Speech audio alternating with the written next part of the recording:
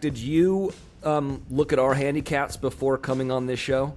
And did you audit us? Since I was given this offer to be on this, I told myself I was not going to do any type of investigating. You guys are in good hands. And it's amazing how many times I look past certain things when they follow me on social media. It's like, oh, I click on him. Oh, he follows.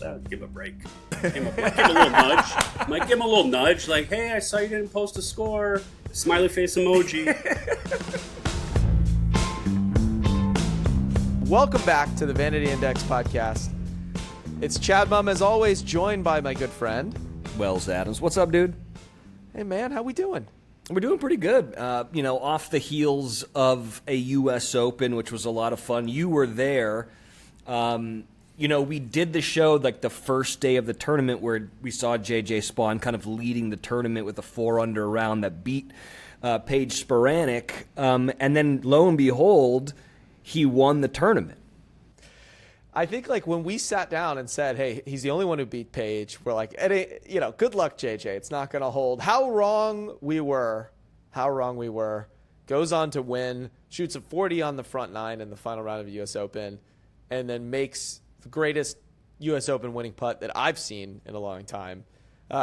We were talking about how relieved do you have to be to not have to hit like a 4-foot putt to win the U.S. Open? Like putting aside that you just won, it's like there's not a lot of expectation that you're going to make that putt, but to have it go in's got to be just the most relieving feeling ever, because he would have had like a 3 or 4 foot putt to win the U.S. Open, which seems like way worse and terrifying. So aside from the winning moment itself, it's got to just be this massive like load off. You're like, thank God I don't have to do the hardest part, Totally. It's funny. I feel like these big tournaments always come down to one big shot, and it's who can execute and then who can't. And that shot on 17 where he drove the green and landed in basically like a 4-yard window to roll up to be able to 2-putt for birdie.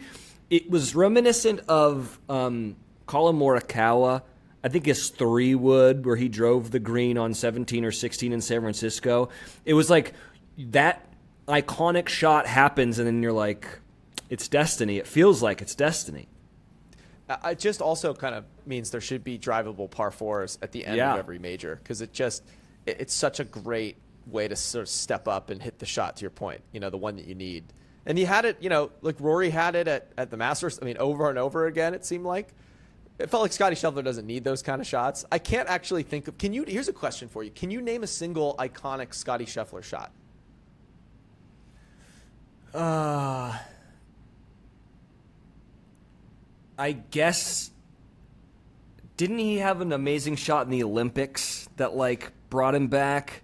By the way, which was on a drive, it was short par 5, drivable par 5 on the back 9, hit like I think a 3-wood or something to the middle of the green. That's the only one I could think of, which is fascinating. A guy clearly like playing on a level that we haven't seen on the PGA Tour really since Tiger, and he's so dominant. He doesn't really have like signature shots. I could name Rory signature shots, JJ Spaun, Colin, Jordan Spieth, obviously a career full of them. Even Justin Thomas, I think, has had some signature shots. Not necessarily like winning a major, but he holed out in Mexico to go to force a playoff for eagle on the final hole. Dustin Johnson, we've talked about before, his walk-off eagle to win a PGA Tour event, pretty electric. But yeah, it's interesting. I can't think of an iconic Scottie shot, maybe other than that one at the Olympics, but that just maybe is more proof that he doesn't need it because he's just so consistent. And that's also just not how he plays, though. I feel like he will just beat you into submission by being infallible, and I feel like that's how Tiger played majors as well. But there are things that I remember of Tiger's, like the 7-iron on 6 at Pebble, like the it's just not a fair fight shot. Like there are shots that I like really do remember from Tiger. But I think you're right. Like Scottie's just one of those guys. I feel like he doesn't have to pull out that crazy shot to be as dominant as he is. Yeah, he doesn't need the heroics. It's just like workmanlike, and he wears people down. And it felt like Scottie could have won that tournament if a few putts went in on Sunday. Absolutely. He was right there. He just couldn't get anything to fall, but he was still right there. He's kind of slowly turning into Jack Nicklaus, like Jack's like runner-up records, like ridiculous. I feel like Totally.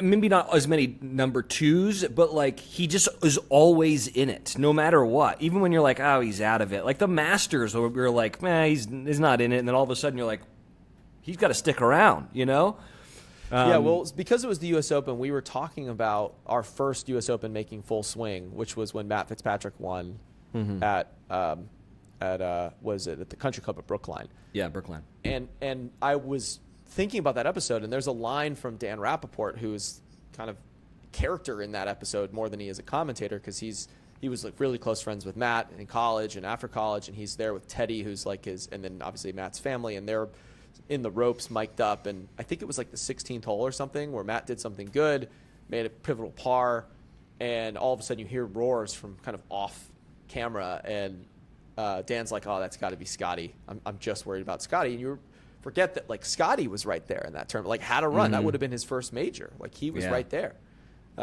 So yeah, crazy. Would that have been his first major? Yeah, I think so. I think it would have been before. Yeah, it would have been before his first Masters. So anyway, just to really, the U.S. Open has been so, from a full swing perspective, man, we have just dined out on the U.S. Open, I got to say. And I ran into our good friends, the USGA. I ran into them last week and just said, like, there's something about this tournament, like where it falls in the year. We've got enough storylines and context of a player that you could tell a really satisfying episode. And year one was Matt Fitzpatrick. We had total access to him. He had almost won the PGA, got into the final group, failed, back again, goes on to win. Season 2, we had Wyndham, obviously, and Ricky Fowler and Rory in that fight, and had Wyndham with this sort of breakthrough win. Last year, we had the battle at Pinehurst, Bryson versus Rory. I mean, just epic episode, like pays off for us. And this year, I'm like, maybe our luck's run out. We get like a leaderboard that I wouldn't say is as star-filled as previous ones in the past kind of year and a half, where we've seen all these top players winning all these majors. But the ending is just so electric, and you can't ask for a better winner and story than JJ Spaun. I mean, he is in the playoff with Rory.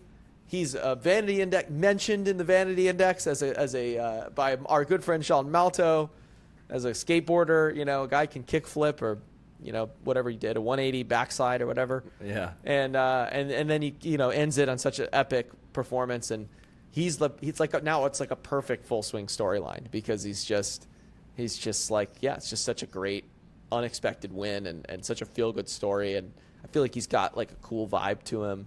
He's a California guy, actually, on that note, we were sent a really interesting post that was posted by Monday Q Info about JJ Spaun. When you see him hoist the giant check, remember the journey there. 2013 made just $11,775 on the Canadian Tour. This is JJ Spaun. 2014 made one cut, made $825 in Canada. Not $825,000, $825. 2015 won Canada Order of Merit, starting to play better. 2016 finished third on Korn Ferry Tour points, earning his PGA Tour card. 2017 he's 97th in the FedEx Cup. 2018 he's 62nd in points. 2019 backslides to 99th. 2020 185th in points, loses his PGA Tour card, goes to Korn Ferry Tour Finals and finishes second to get his card back. 2021 174th in points, kept his card because of the COVID situation. 2022 he's 34th in points and wins his first PGA Tour event. 2023 he's 62nd in points. 2024 he's 98th in points, and then JJ Spaun wins the U.S. Open. So it just shows you what a grind. I mean, that's 11 years. I mean, think about where you were 11 years ago. I was living in New York City. Like, I was a totally different person. I have 3 kids in the amount of time that this golf journey that JJ Spaun has been on. It's like a whole nother life he's been out there grinding. I mean, just being someone who's in the entertainment industry, this is such a normal story of an overnight success that took, 13 years or 12 years. That is what this is. Good for him. I like him. I saw some question of like, hey, have they talked to you about the Ryder Cup yet? And I'm like, how have they not? You were runner-up at the Players. You've been kind of in every tournament, and then you just won a major. I don't understand how you can't be talking to him yet. And I imagine that Keegan will be soon, but I like him. As a California boy, he does got some swag. He's got some swagger. And listen, he's got some cojones. I mean, it's got to be tough to lose in a playoff to Rory at the Players and then be able to come back and just, well, be the only guy who was under par at that tournament, which is very cool. No question. No question. And then just like we talked about, to step up and hit the shot. It did remind me of the Collins shot, just to circle back to that and interject my own story about that hole. So I got invited actually up by the PGA of America to play in the sort of Monday after they did like an outing, sort of what they do after the tournaments. They'll let like media and press and stuff play the tournament course. So after the PGA at TPC Hardy Park, I got invited by the PGA to come up and play on that Monday. It might have been like a week or two after, but this was in the middle of like the heart of COVID, and we had just had a baby. So I had like a newborn at home. We weren't sure anything about like what was going on with COVID at that point, so I wasn't really comfortable flying. So I drove up. I convinced my wife that I could I got to do this. It's like great opportunity. So I drove from LA. I woke up at like 4 a.m, drove up to LA, made my like 9 a.m. tee time, played TPC Hardy Park, and then drove home like same day from California. Got home around like 2 a.m. that night, which was, worth it, epic experience. But we get to that hole on 16 and it's like 305 or something like that. Pin was in the same spot. So I'm like, I got to take a rip at it. So I hit like probably the best drive of the day, arcing right at the pin, perfect cut. I'm like exactly the same ball flight as Collins, and it comes up like 75 yards short. It's like the air is heavy, it's cold in San Francisco, and I'm like, God, these guys are so good. Anytime you can get like a head-to-head direct comparison. I mean, I was playing a casual round, just stripe one, and I'm not like a short hitter by any stretch. And I was 75 yards short. It just shows how good these guys are and how elite their contact is in those moments. And I guarantee if you stood on that tee box at Oakmont and had 100 balls, like you're not even getting to that green, let alone, hitting the shot that JJ hit, sort of maximum pressure. It's freaking sick. I'm so pumped for him. It's awesome. Can't really talk about the U.S. Open at Oakmont without kind of touching on the Wyndham Clark of it all. It became a storyline that he was upset, obviously, and we know his struggles with mental health and, his sports therapist that he has from Full Swing. But you see that he's destroyed a bunch of lockers at Oakmont, and as a person who's a member of a private club, I would be enraged if I was a member of Oakmont after seeing that. Like, this isn't your fucking club, dude. You don't have the right to kick in lockers. Like, I know you're mad, but this isn't your home. For whatever reason, I was like really annoyed by this, and I get it. Like, he's a human and he's got emotions and stuff, but for whatever reason, it just annoyed me that like this isn't your place, and I don't know if that's I think that's a really bad look.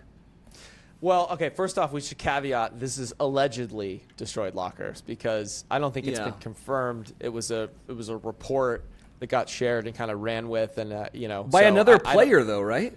It was, I forget who. It was sent to Tron Carter over at No Laying Up. But listen, I'm a little torn on this. I think I disagree actually. And interesting. I think we're talking about a pro sports locker room, and yes, it just so happens to be at owned by a club that is a membership, but it's also a club that prides itself on how hard it is.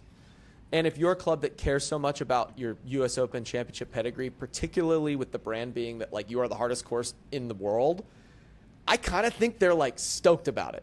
They're like, yeah, this is the lockers that Wyndham Clark smashed in because the course was so freaking hard.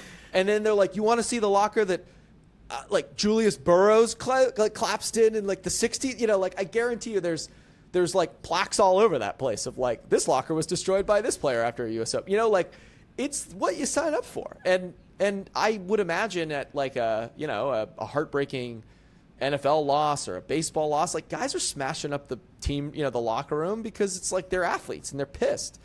And, and it's owned, they don't own that locker room. Like it's owned by the owner of the team or whatever, or maybe it's a visiting locker room. Like people, you get fined, you move on. But for Oakmont, to me, yes, is it disrespectful? I think you could see that.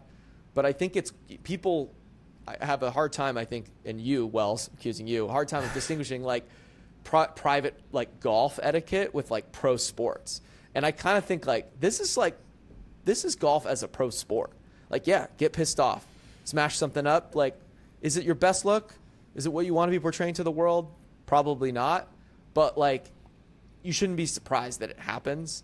And I'm firmly on the side of like those Oakmont members are telling those stories. They might leave it broken for a couple of weeks because it's like, yeah, our shit was hard as hell. Yeah, I see where you're coming from, but I also, yes, you're a professional athlete, but still, it's a gentleman's game, and from top to bottom, I think that you should present yourself accordingly. And for me, if I was a member, if that was my locker, I'd be like, "Fuck you, man! You're gonna pay for this." I'd be like, "Don't repair it." 100%. Like, leave it. You know, like I just want, because that's how I feel every time I come off this golf course. You know. Yeah. Fair enough. Yeah. Interesting. This is a great transition. So, you know, we're talking about a gentleman's game. There's a big fundamental difference here between this view of golf. It's like it's a gentleman's game. Yes, there's all this great tradition. There's great history. But it's also a competition, and you can take that really seriously or not. And we are recording this episode. It is June. That means it's member guest season, Wells. I'm missing our member guest this weekend. I'm very upset about it. It's true. Our member guest is this weekend, so it feels like the timing is great to get into our next guest. But we're really excited to kind of go deep and tell some stories about member guests gone awry. All the things you run into from sandbagging perspectives, and so we got a really fun guest coming up. I think listeners of the show are not going to see this guest coming. I'm really pumped to bring him on as soon as we get back from break. So when we're back, fun, awesome guest, excited for a great conversation. Yeah, listen, when we were talking about doing this show originally, this was a guy who I was like, we need to have on. Like, this is the most country club centric thing in the world. I'm not sure listen, it's Yip Strickler. He is just the guy out there that's just making sure that everyone's not throwing out 54s at member guests. This is going to be a very fun interview. Stick around when we get back. One of the best journalists in the golf game right now in Yip Strickler. Stick around.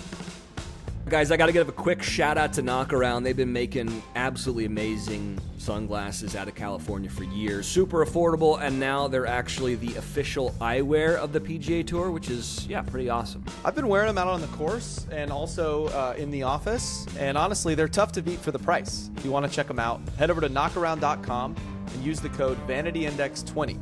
You'll get 20% off your first order. Some exclusions apply, but it's a great deal, so go take a look.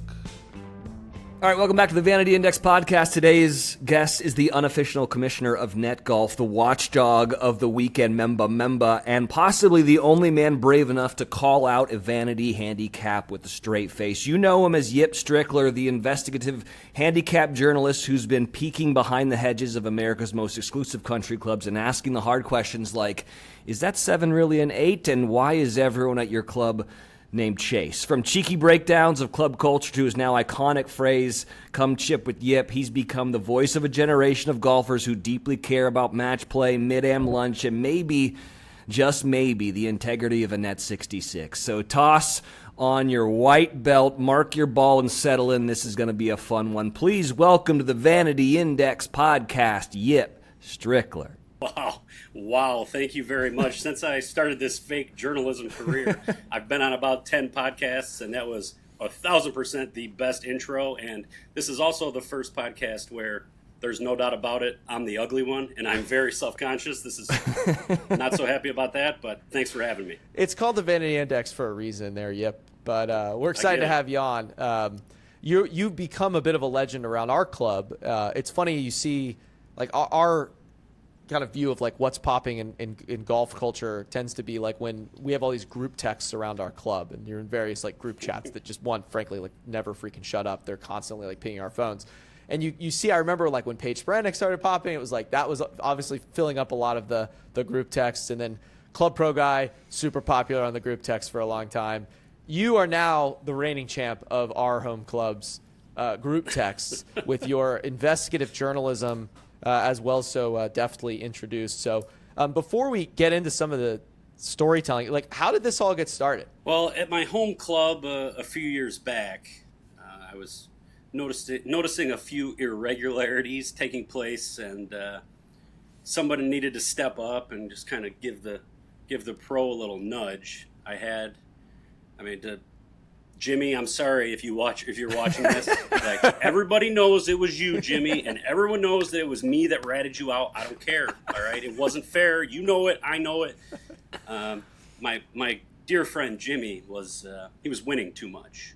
He was new to the club, taking down the Memba, taking down every little side game that there was, and he was running around at like a 7 handicap. And to put it into perspective, there's Dearborn Country Club in Dearborn, Michigan. So from the black tees at that time, it was like about a 73 course rating, 134 slope, something like that. And in Indiana, I believe there was another Dearborn Country Club. And the course rating there was like a 64, and the slope was like 115. Well, Jimmy, it was a big accident. I know Jimmy. I don't think he did this on purpose. He was entering all his scores to the Dearborn Country Club in Indiana. So essentially, if you shoot a 74 on that course, your differential's sticking right around a 8 most of the time. And if he would have been putting him in at our place, well, he'd have been a 2 handicap. So I, dialed up some nice emails, added some scorecard evidence, sent it to our pro, as well as, I created a character for that. It was Freddie Stallings. And please excuse me, I was a big Tim Meadows fan when I was a kid. My prank phone call is just the ladies' man every time. So I called our pro and I was like, "Hi, yes, this is Mr. Freddie Stallings, the chief handicap auditor of the Midwest Auditing Handicap Association, and I had something come across my desk." And then I explained like what was going on, and believe it or not, 2 days later, he lost 5 shots on his handicap. So that's how it started. Well, I want to say a big thank you for the work that you're doing for all of us out there. I think that the reason why you've become so popular, at least at like our club in the group chat, is that you now breed fear in the hearts of people who are cheating out there. And, maybe just bringing a little bit more of the gentleman into the gentleman's game. I guess you did this for your club, and then how did it go from there to like people sending you, "Hey, I need you to look into this random club in Georgia or this random club in North Carolina"? How did it pivot over to that? Well, it was mostly an accident. I saw a post on Instagram from a club that's about 10 miles away from my home club, and saw these two.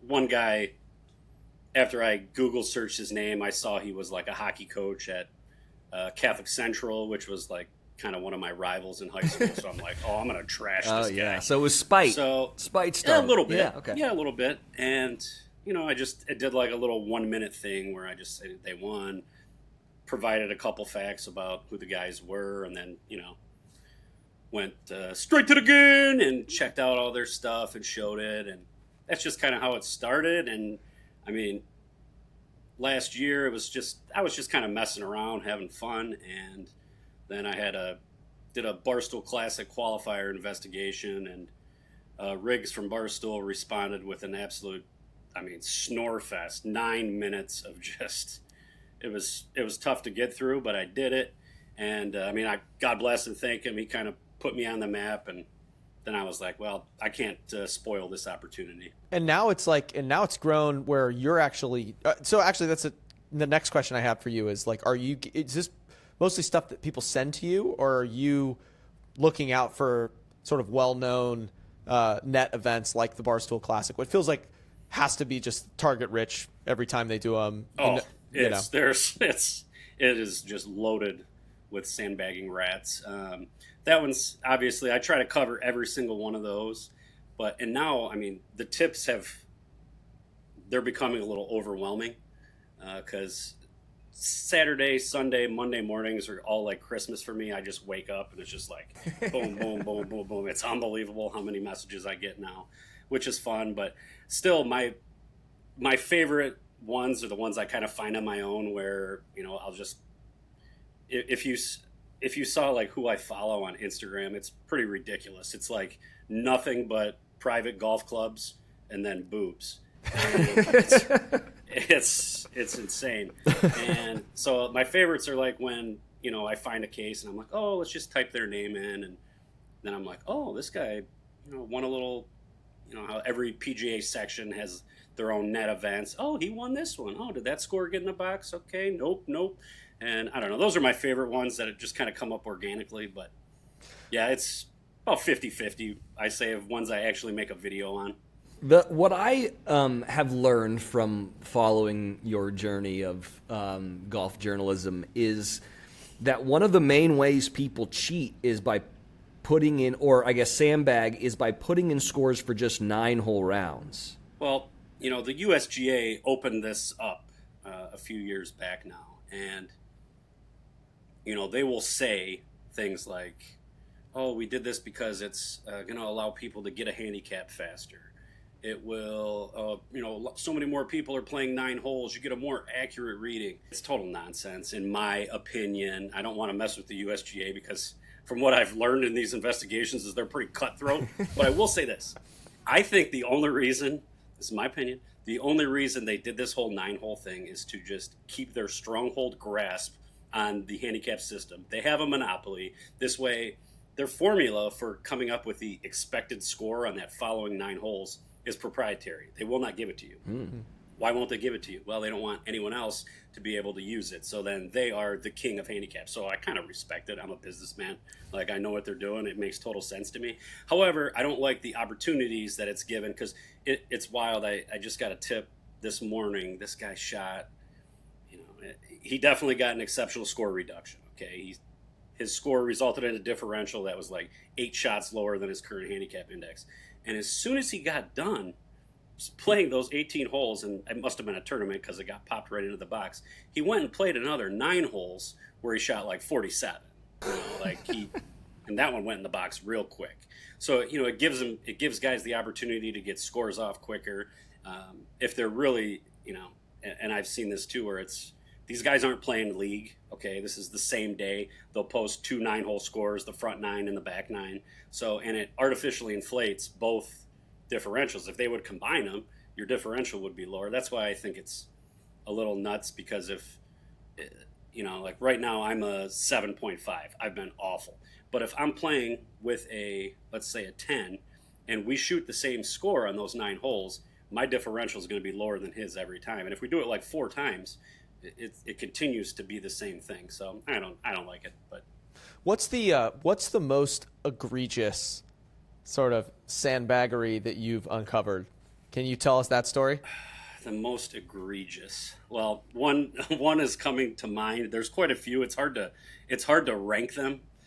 I had a case that I found out about it in the winter. It was actually a few months after this tournament took place, and which is also, if you start looking into how many different net golf tournaments there are across the country, there's all these different companies that have regional events all over the place. You get out of your regional, then you go to this, and then you get to, play at some national event somewhere. Well, this gentleman had won the national event, and it was one of these things where you're flighted by handicap. So if you're a 0 to 3.9, you're in a flight, 4 to 7.9, and so on and so on. Well, I noticed he won the natty. Okay, congratulations, he did it. And it's tough to really do anything because they're flighted, right? So each tournament there's no dots on the scorecard. You're just wherever you play, that's what you get. So okay, you're flighted. Good. So then I start looking at these other guys that were in the national championship with him, and I noticed, oh, okay, their scores posted. Here's the course rating, slope rating. Okay, this guy too. Boom, had like 3 courses all the same. And then I went and looked at the winner, and I noticed that his scores, the course rating and slope ratings had been changed, and the scores. And I said, oh man, why would he do this? So then I went back and I calculated what his handicap would have been based on the national championship, and it would have put him to like a 3.7. So he would have had to move up a flight. Mm-hmm. Okay, and I'm like, oh, okay. So he clearly had an administrator go in, change all the stuff around so that then boom, now he's a 4.5 and he's back in this other flight. And I had done a video on this and I posted it, and within an hour, the guy that I was talking about messaged me, and he started his message with, first and foremost, I like your videos. I was like, oh, okay, we're off to a good start.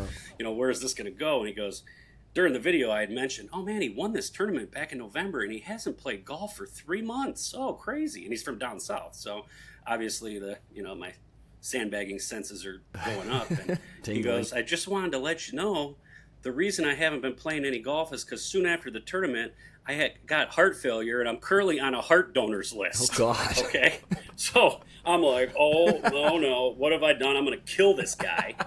And I was like, oh, I'm so sorry. I was like, hey, I'll tell you what, I'll take it down. I'm so sorry. And there is good news at the end of this. We have been in contact, and he got a new heart. He got the heart. Everything is good. I still think he's a sandbagging rat, but he's got a heart, and he's doing well. Oh, that's amazing. I was wondering, what are some of the, what happens when you do this? What are the repercussions? Do anyone's trophies get stripped from them? Because it seems very obvious that they're cheating, and I imagine everyone at the club now knows, dude, you guys, this is BS. Have you seen that there have been repercussions? So, most of the time, not really. Okay. Nothing really happens. That's why I think my fake work that I'm doing here is doing so well, is because these PGA professionals at these places, the last conversation they want to have with a member at their club, someone that's paying thousands of dollars just to pull into the parking lot every month, the last thing they want to have to tell them is, hey, you're cheating, right? We know it, this and that. So for the most part, there hasn't been much. I have gotten a few things back where it's like, oh, by the way, that guy's not allowed in our event this year. Thanks, Yip, this and that. And do I get a sense of joy from that, ruining someone's day because they don't get to play, they don't get to play golf now? Do I get joy from that? You better believe it. Yeah. Yeah. You're doing members, but the other kind of big problem in golf is these scramble or shamble groups that are putting up ridiculous numbers, like 46s and 48s to win, and you're like, there's just no way. You're saying you're carding 2 double eagles and a hole in one. I know that's not really kind of your lane, but I wanted to get your thoughts on what that is. That's also this problem in golf. So that's something that people send me scrambles all the time. Yeah, and the problem is I have nothing to fall back on. Mm-hmm. I have no evidence. None of these guys have handicaps. They're usually, sorry, but they all look like a bunch of country bumpkins that came out, to play golf for the first time, and they, shot the course record in a scramble. I do have some ideas, though. I've been, kind of pitching with some of these big time scrambles. I want to hide in a tree. Yeah. I want to get a tree stand up in the tree. Nobody's going to know I'm there. And I'm going to watch every single shot on just a certain hole. Let's say the one that's away from everyone else, preferably a par 5, because that's where the most shenanigans take place in my experience. And just sit up there. And then when the tournament's over, just pop up into the room and be like, okay, this team, and call. That's what I'd like to do. Yeah, I can see you with a ghillie suit on and face paint, And it's funny. It's funny that you said ghillie suit. Yeah. You pronounce the word ghillie suit, and the USGA wants us to pronounce GHIN, gin. See, I prefer the way you see ghillie. It's not Jilly, right? It's ghillie, and this is kind of a thing. So I got a lot of heat for this, for pronouncing gin wrong in the beginning of this show. How do you think it should be pronounced? Well, according to USGA, the proper way to pronounce it is gin. You are correct. Yeah. You shouldn't be getting heat for that. However, I strongly disagree with that pronunciation, because I don't think anyone should be able to tell you how to pronounce an acronym, especially when they're just going to, they had an opportunity to have a word that's unlike any other word, and they chose gin. Yeah. That was, to me, that was a bit of a misstep. And when I get a taste, I get the taste for Colt 45. You want me to go to the ghetto or the jetto, USGA? You tell me. I know where I'm going. Thank you. I got so much heat because I was saying Ginn. No, I was saying Ginn. I saw you say. I have watched every single one of your episodes. Yeah. You did say gin. You did say gin one time at least. Yeah. Which So I would said, have been. wait. So what is it? been What is proper. right? I don't. This is the problem. Gin. So I was saying Gin. You're saying. I it was right. saying You're gin. saying it right. I'm trying to make everybody say it the other way. I'm trying to flip the script on the USGA until they, start, thanking me for promoting their product every single day. Thank you. I feel vindicated because I feel like I got roasted on the internet for this, and now Yip comes in to my defense, and I just feel so much better about this. There's like this guy. We literally have like the PhD in sort of everything handicap here on our show. So I feel like if he's calling it Ginn, then I think we might have to make an official Vanity Index policy that this is that we're now changing the pronunciation. So, Chad, I don't want to interrupt. I mean, please do. Did you notice this beautiful picture that my daughter Elizabeth painted? I did. You see did. this up here? Yes. It's beautiful. I don't know. Do you have anything like that? I don't. No, I have this picture that's similar. Where's yours? Actually, our aesthetic is like we're not. I promise we're not in the same. Did you do that on purpose? I don't know.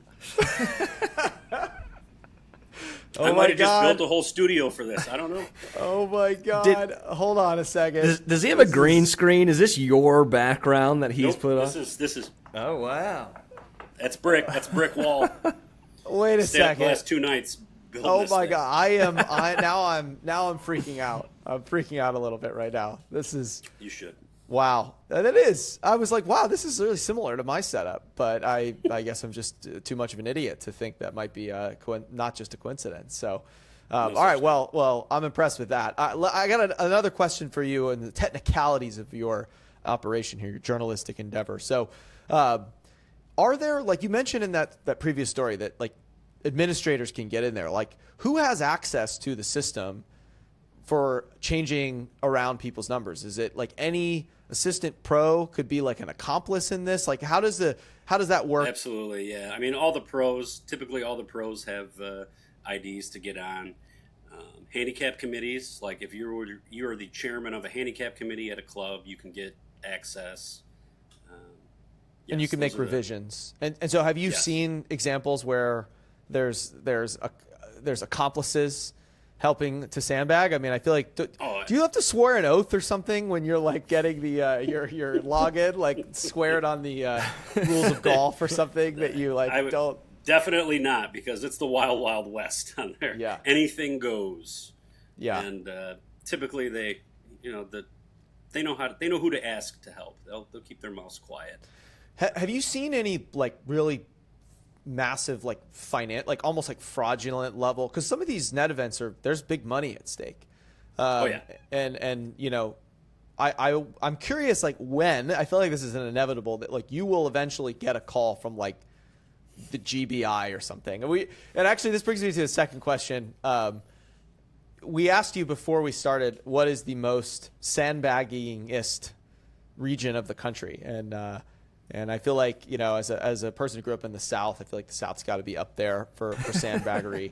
I don't know why. It just seems, I feel like it might be. I also feel like the Midwest. But then again, I never trust anything out of Arizona. So I think that Southern district, out there in Arizona, I feel like it's that everywhere. could be dark. But do you have is there a place where it's like particularly bad statistically? The number one state for sandbagging is North Carolina, and it's not even close. How do you determine that? Yeah. I mean, just based on pure tips alone. I mean, it's just constantly North Carolina, North Carolina, North Carolina. They're the worst.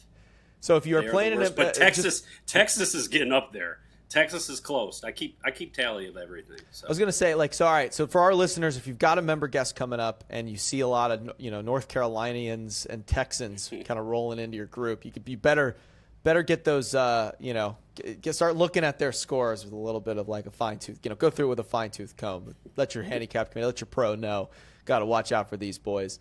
But coming back to my first question, so, there are a lot of there are these tournaments, these net events that pay out real cash.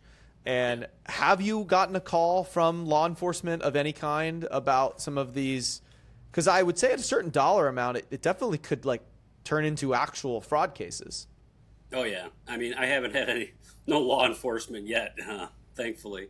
However, there's a few on my radar that one gentleman in particular, he knows who he is. I've already called him out. He hasn't posted a score in 2025, and now I feel like he's doing it on purpose. Like he's like, oh, I'll show him. I'm not going to post anything. And if you're watching this, Tommy, yes, Tommy, you know who you are. I'm still watching. I just wanted to congratulate you on that $3,500 you won in that little Calcutta under a fake name. Under a fake name. Yeah, 10 days ago. I know it was you, Tommy. Everybody rats you out to me. I get a message every single day about this guy. Every day. That's okay, incredible. now this is alleged. This is alleged. Okay, this is just through different sources. This gentleman that I called out, man, it's crazy. He is banned from multiple clubs, according to my sources. He had a gun pulled on him in 2005 at a Charlotte private golf club. Yeah, this guy's got quite the reputation, and he's still doing it. And I don't know when it's going to stop, but probably never. Well, you're doing I'm trying, though. I'm trying, I was going to guys. say, you're doing the Lord's work, calling out these sandbaggers. That happens to be like my biggest comment on social media. It's always doing the Lord's work. My wife, Mama Strickler, she loves going to church, and when I tell her that I think God put me on this planet for this, she doesn't like it as much as I do. So. Now, was it you who called out JB Holmes playing in that event? I feel like there was like a year ago, there was some net event, and I think it was JB Holmes. But have you seen like former tour players? Because I feel like also this is another thing that comes up a lot at member guests, and not to digress on this answer, but at our member guest last year, I was in the A flight. I brought a good player, sort of accomplished amateur player to play alongside me. Played college golf. And we were in a flight with a fellow member, and his guest was a like fresh off the Korn Ferry tour, sort of hung up the sticks, playing amateur golf again, but like had been playing professional golf like quite recently. And that always, and he, to his credit, he was like a +6, and he actually made an ace. We made a birdie, and we lost the hole in our game. But in the big golf game, it was a 1 for 2, which was I'd never seen before, and so it wasn't like I'm not accusing him of sandbagging, but definitely like where's the line in terms of these night events where like former pros coming in and playing, and as I've played a lot with a bunch of these PGA Tour players, and like they don't have handicaps, they're like we're like a +6. I'm like, there ain't no way you're a +6. Like I'm those a boys 0. those boys at Whisper Rock, I think those boys at Whisper Rock try to keep real handicaps, because I'm sure the games are phenomenal there. Seems like they do a pretty good job. I did a post yesterday where, because a year ago I found a former Korn Ferry Tour player that won an event in Georgia, but there was no he seemed legit. He had been out of the game for years. He was still like a +3 or +4. I will say this though, there is like this. People think like, oh, he's a Skratch or a +1. He can't be a sandbagger. It's not possible. Oh, it's possible. Really? I did a guy from Texas, and he was a Skratch, and he played at Pebble Beach. They had some tournament there where he went like, I might be incorrect on this, but it's pretty close. It was something like 63, 65, 67. Now, it had rained there. They were playing preferred lies in the fairway, which doesn't matter to me. The USGA says you still have to post those scores. So if you're going to be playing any net golf, those need to get in the box. And of course, none of those, he doesn't post any of those. And then I caught him at another tournament where he went like 72, 65. And for some reason, he actually posted the 72, the 65. That wasn't going to get in there. But it is possible. Like, if you're a +4 running around as a Skratch, I mean, you can do some damage. For sure. And like the difference between a 0 and a +4 is night and day. It's really huge. night and day. And the kind of my barometer, I mean, part of the reason why I gave up trying to play golf for a living was like I played in a junior tournament when I was maybe 16 or 17 and like shot even par, played as good as I can, and some kid shot 10 under, and you're like, I've never made 10 birdies in like 2 weeks, let alone in one round, and it just like the guys that can really go like super deep and get like birdies in bunches, that's a talent level that, you may have some big blow up holes, but it's like, it shows a talent for golf that is, that you can't compete with that as a 0 for sure. No. I got to ask, did you look at our handicaps before coming on this show? And did you audit us? Well, I mean, since you guys prop them up in every episode, so elegantly to let everyone know how good you are at the game of golf, and plus since I was given this offer to be on this, I told myself I was not going to do any type of investigating. I mean, after the fact, depending on how this goes and what people have to say about the episode, that could sway me one way or the other. But you guys are in good hands, and it's amazing how many times I look past certain things when they follow me on social media. It's like, oh, I click on him. Oh, he follows. Give him a break. Might give him a little nudge. Might give him a little nudge. Like, hey, I saw you didn't post a score. Smiley face emoji. But as far as really embarrassing them, I won't do it. Which actually, I got a pretty big shout out a few weeks back now by Ryan Whitney, the Spittin' Chicklets guy, and he shouted me out on Pardon My Take, and I was super grateful. And then, what do you know? This past weekend, he won the Memba Guest at Boston Golf Club. He won. I mean, it was almost like he knew exactly what to do to prevent himself from any type of investigation. Guy's a genius. All right, so flattery will get you everywhere, or even just a follow. That's a great way to juice your follower count there, Yip, as well. Get the followers out there. I mean, look, you feel free to go full forensic. I think what you'd probably determine is that is absolutely my zero is a vanity index, probably, like in terms of real golf. I will say that our course, our home club, is like it does not travel well because I think it's rated. We used to have a ton of trees. They took all the trees out. For a better player, I think it's much easier. It's a tough course, but it definitely I mean, this is the classic private club complaint. Like, we complain all the time. Our handicap doesn't travel. We get screwed in these away games because I think I could shoot even par at our course and it would be like a +3 or +2.5. So it does. A lot of 74s and 75s, keep me in the plus territory. I'm like, what's going on out here? But anyway, we're par 70. You can, but feel free. I mean, look, I'm an open book. I think, let her rip. And if you have any dirt on any of our other members, we'd be happy to hear that, just for the sake of the art of it all, not for any personal usage, but just for the art of it. Yeah, listen, this podcast really is kind of like the intersection of Hollywood and golf. And so I was wondering if you have like one case that was the most high profile that you can speak to. Oh, wow, that's a good question. Most high profile. I have, so I've looked into, I mean, I hate to throw them all into one group like this, but NFL quarterbacks come up a lot. Yeah. They come up a lot. They are, I mean, first off, they're highly competitive. They want to win, and they will do whatever it takes, which mostly means never posting a score. Patrick Mahomes, I mean, God, he's an unbelievable quarterback, but he does not know how to use the app. Yeah. He doesn't know how to do it. He never posts a score, and I do have a pretty good source that's a member at the same club that Patrick Mahomes is at, and he told me, and I quote, he's there every day. And it's like, wow, well, how come he never posts any scores? And he actually bragged about it during Super Bowl week last year, like, oh, yeah, I'm a 7. Don't tell my friends, I never post. It's like, wait, I don't get it. Do you need the money that bad, Patty? I don't think so. Why don't you just do it the right way? Yeah, I've heard of like, a new Steelers quarterback. I've heard Aaron Rodgers, big rat. I'm a Detroit Lions fan, so sorry, Aaron Rodgers. I've never been a big fan of your work. I respect him. Just, not a big fan of his work. And he's, who was that? Who's the guy that wears the visors? Always wears the visors on tour.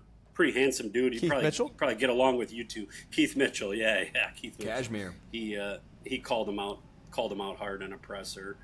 I'm trying to think of any other big time. During the debates last year, I'm not doing Trump and Biden's handicap anymore. Why? They're this. Both nonsense. They don't make any sense. It's not wasting my time with those two. We were talking about this on a previous episode that like we went through the president's handicaps, and we'll say, I kind of think pretty confidently that both of them have vanity indexes. So we're protecting net par with either of those guys either way. So not necessarily needed to be a target of yours. But we were talking about, what was it, George Bush, like George W. Bush? I think he was a 12, right? Well, something like that. Yeah. And, perfect number to make money. And that's what I was saying. I was like, of all the presidents to not have a vanity index, like I would totally believe like W would be the one who would actually be like a little sandbagging. One, I know he's a member out at Brook Hollow in Dallas, which is like a very classic kind of old school blue-blooded like Dallas club where there's a lot of games played. In fact, the biggest game that I ever played in was at Brook Hollow, where I almost lost my shirt and my house pretty much. And I'm like, that's also just like, man, mad respect to W, like to be a president who's like, hey, actually, like I like to win these net games. I don't need to brag on my handicap. Playing the game. That is a good question. Yip, what have you found to be the most advantageous handicap for making money? I mean, it's like the 10 to 12 range. They seem, because they're good enough to make a few birdies, and they're never gonna post anything ridiculously low. Until a competition, typically. So those seem to be the guys. Yeah. All my buddies who are like 12 handicaps, I've seen them shoot like 78, and I'm like, geez, like... Yeah, when they do that, you're done. You're cooked. Yeah. Toast. Yep. Toast. Oh, man. Absolutely toast. Yeah, it's been interesting, too. Like, have you seen... So the game, the game I played in Dallas, I've talked about it previously on the show, but they keep their own index within the game, which I really like for these big money games, and I think that's probably... like the case at a place like Whisperock you mentioned, they obviously keep their GIN, but there is like their own within the game. They have They'll their keep own specific handicap. Yeah. So I've seen that a few places. I haven't had any investigations in anything like that, but I like what they're doing. Yeah, it was interesting keep your boys honest. Well, yeah, because you know who it is for sure. And the one I played in, like there was a bunch of pros in it. I mean, including like top PGA Tour players that you would know. And they have an index within the game. Now you look them up on GIN and they don't, but in the in this game they do. And and I think if you like, they would say they're like a +6, +7 is kind of typical tour number, but they were like +12, kind of thing in this big money game. So good on them. But by the way, they were still up. They weren't in the red. Oh, I'm sure. All right, Yip, what have we not asked you that we should be talking to you about in terms of all these rats out there? Let's see. As far as if I could get into like what seems to be the way that the sandbagging rats like to cheat the most. Yeah. Obviously, the most frequent is they just never post their good scores, right? They never post. There's the guy that never posts. Then there's the guy that he's the sneaky rat. Like he's hiding under the couch, waiting for everybody to go. But he's going to post that 78, right? But he was playing from the back tees that day. He's going to post that score up a notch, right? So it's not as detrimental to his number. There's a lot of that, and then of course it's fun looking at some of these what I call true professionals, the guys that, I mean, they manage these handicaps like. It's a full-time job managing the handicap, and you'll see them when they're playing a team event. And if their boy is in for birdie, if he's in for birdie, you better believe there's going to be a box or two on that score that's up above it. Like there's no way he's coming in with par. It's just not happening. Those guys, they're just the true handicap managers. I don't know. I can't imagine stressing out about something like that. And I know they do. It's a full-time job. It has to be. And I will say this, I got a guy, Club Pro guy, I don't know if you've seen, but Club Pro guy and I have been working a little bit together, and he's put a few of my posts up on his page. And there was a guy I got a few weeks ago, and wouldn't you know it, he posted a 73 about 5 days ago. Hadn't posted anything like that until that video came out, and all of a sudden he popped one in the box. I don't know why. Like, I can't imagine, one, just like, the internet seeing it, but like all my boys seeing like my face pop up on one of your videos. I like, you could never live it down, right? Like it must be just crippling. Most of the time it's in good fun, but there's certain cases where, like, if I catch you, like, I have like legitimate proof that you're doing something. I'm usually not that nice. Most of the time it's in good fun, like, oh, you just forgot to post again. Yeah.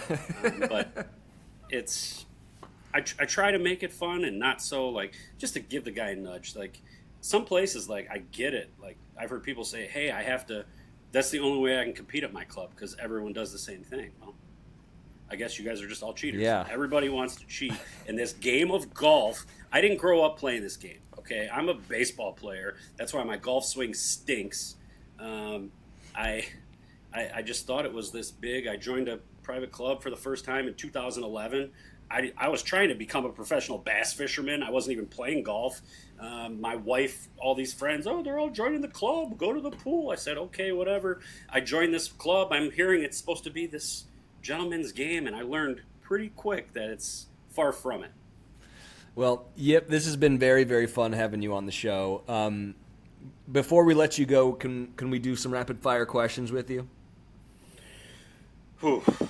If it's about net golf, I might be pretty good. If it's about world history, I don't have a chance. I'm an idiot. It's just about really your golf game, actually. And I got to know, what are you drinking? You having a claw right now? No, vodka seltzers. Everybody knows Yip Strickler. Yip Strickler drinks 4 to 17 vodka seltzers every day. Good for you, brother. Yes. All right. And I know what you guys are thinking. Oh, this is early. He's not going to be drinking. No, I don't. I have never done a podcast sober, and I don't intend on it. Smart man. Smart man. Plus, I tee off in 3 hours. I got to get loosened up. That's 2 right. hours. That's right. All right. It is rapid fire questions with the one, the only Yip Strickler. I think we talked about this earlier, but what is your handicap? Currently, it's a 7.5, up from a 5.0. I'm getting very close to soft cap territory, and if I do it, the internet is not going to leave me alone. So I need to go loaded.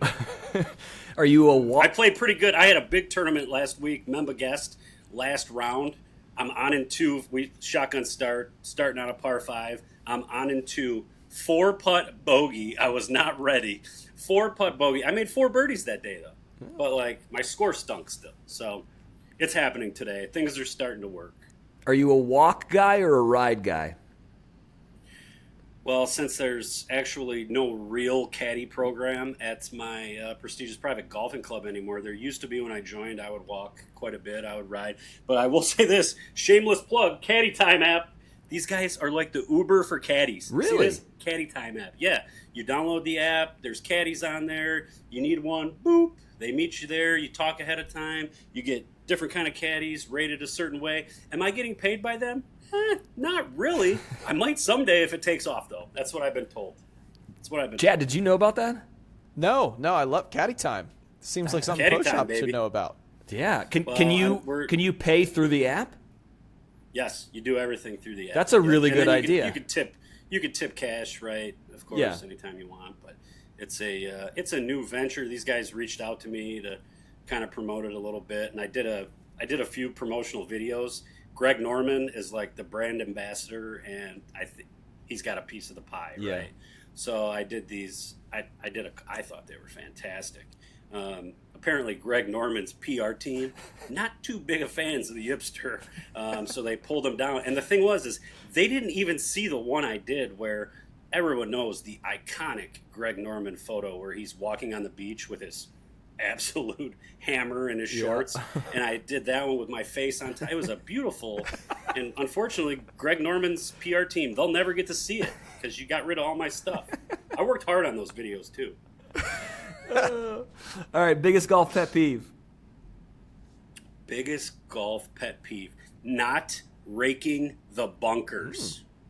I can't stand it, and it's pretty funny. I'm probably going to catch some heat on this one. It's the women's invitational in my club this week, and I guarantee those bunkers aren't raked. They never rake them, and you're going to find these little shoe prints. They're about this big.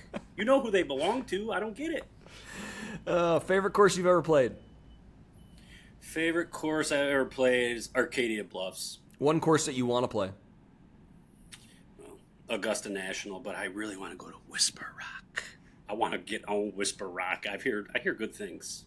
What's your dream foursome? Dream foursome. Let's see. John Daly, Tiger Woods, and my dad. My dad passed away. He doesn't even play golf. It would just be a blast. That's a good one. What's your favorite swing thought? Look at the ball. Favorite golf movie? Happy Gilmore. I don't know about Happy Gilmore 2. I haven't heard that. I haven't got to see it yet. I was kind of hoping someone would send me a clip or get a little preview, but we'll see what happens. Month away. We're a month away. Okay. Change one rule in golf. What would it be? One rule in golf. I'll tell you what. Most people would say, divots in the fairway, right? I'm going to go off the script a little bit. I think it's nonsense that in match play, if you tee your ball up ahead of the tee marker and you hit a great shot, okay, and your opponent calls you out and you have to re-hit it, you don't get penalized. You just have to move back and hit it again. You don't lose the hole. There's no penalty. Look it up. Interesting. I think that's crazy. Has that happened to you? No, and it probably never will, but that's the worst rule. All right. Yeah, because in stroke play, you'd get a penalty shot, right? Yeah. Oh, yeah. Yeah. Huh. I had no idea. All right, on the course food, what are you going with? Cheeseburger, hot dog, protein bar? What's your... Well, last week at the Memba Guest, I ate 6 hot dogs in one day. But those are special ones for the Memba Guest. They're like in this little, the tray. They got the aluminum foil, so the buns are like nice and steamed. They're typically not like that.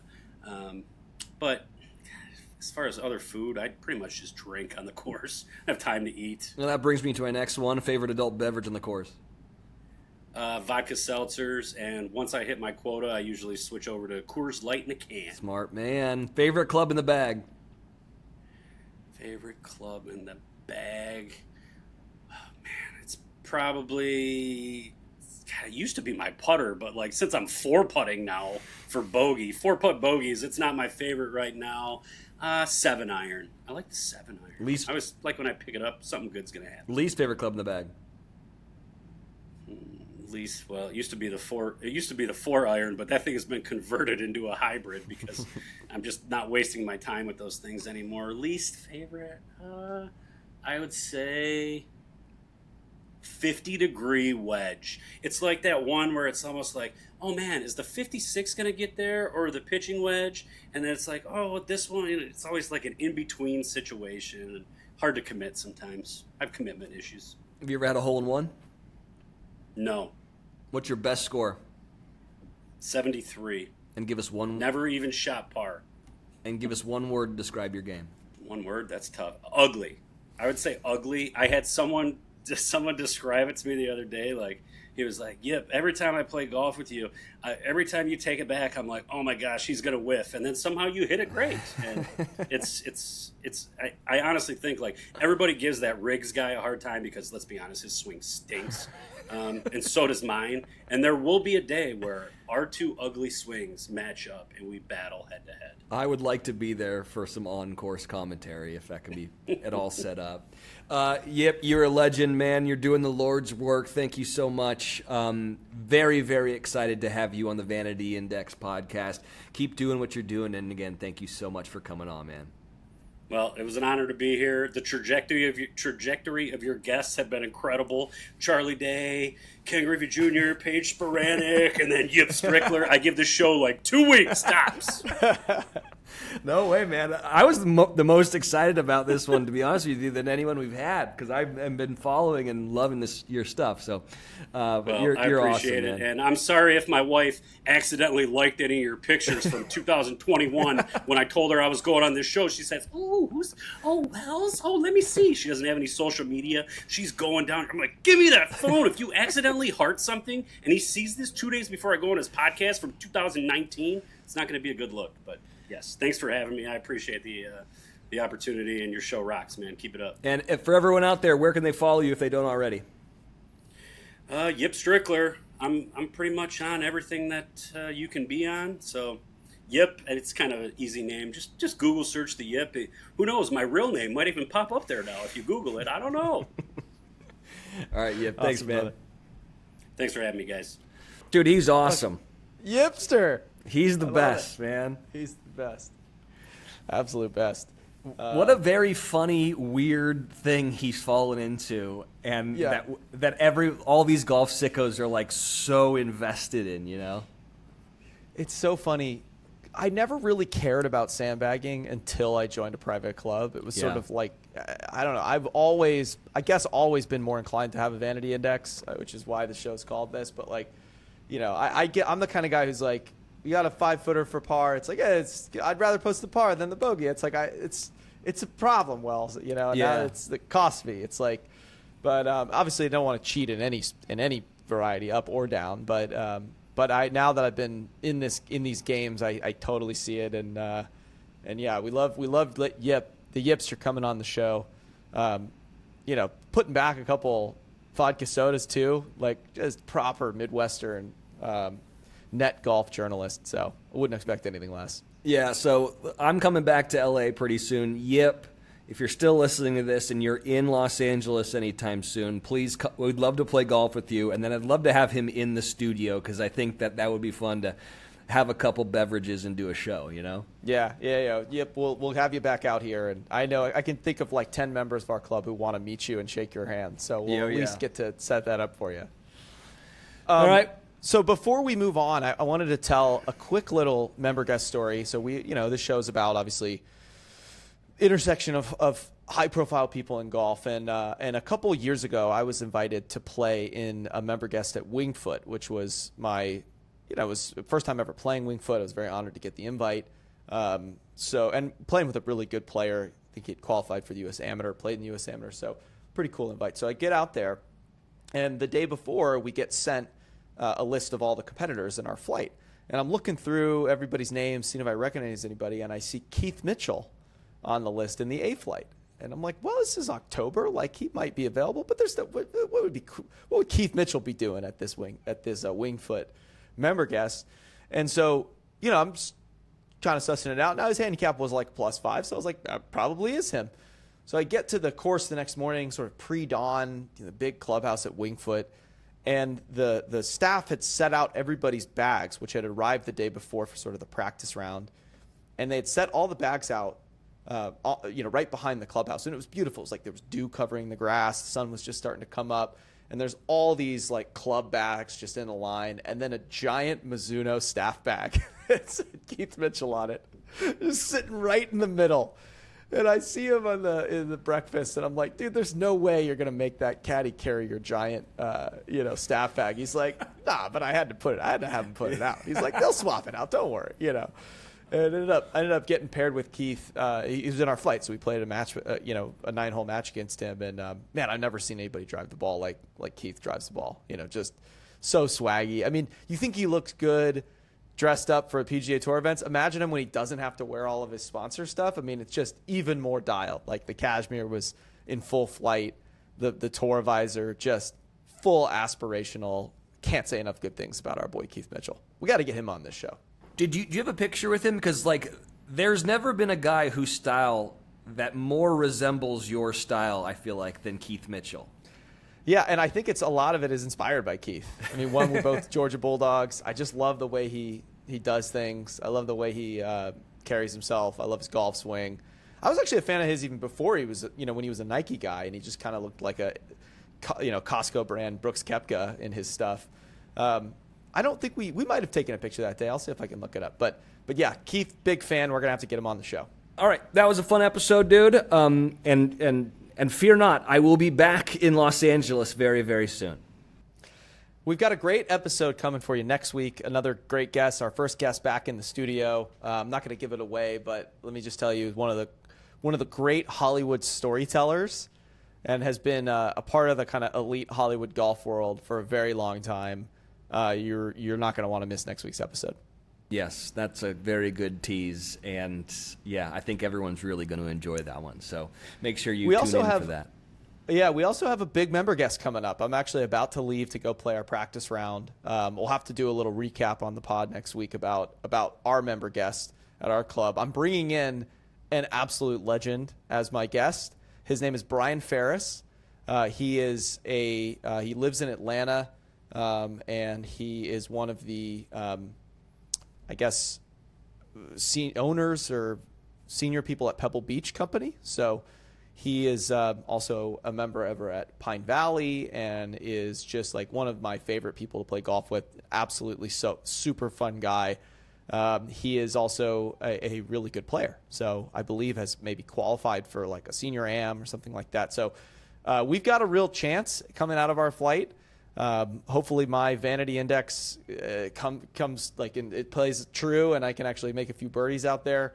But should be a great weekend of golf. We'll have a bunch of great stories for you for next week's episode. It smells like Yip's going to be looking into this, and I'm very excited for it. I'm also playing in a big tournament. It's not a member guest, though. I'm playing in a Pro-Am in Maine. Patrick Dempsey's putting it on, and I'll be playing amongst a bunch of athletes and celebrities, and I'm scared to have to do a recap because I don't know where my golf game is, and I might play really bad. So we shall see. We'll go through it on the show, and let's book a couple guests for us there, Wellesley. Yeah, exactly. I'm gonna do that for sure. Anyways, everyone, thank you so much for listening to the Vanity Index Podcast. If you don't already, please follow us on social media. We're on all the stuff, and we'll be back next week with a very, very big name guest. See you later. All right, guys, listen up. If you've made it this far, you've clearly got impeccable taste, or you're stuck in traffic. Either way, do us a solid, hit that subscribe button, follow the show, and if you're feeling generous, drop us a rating and a review. Yeah, and if you want to keep up with all the celebrity sandbaggers, behind the scenes chaos, make sure you're following us on all the socials. We're talking Instagram, X, Twitter, same thing, TikTok, everywhere you can possibly stalk us, we're there at Vanity Index Podcast.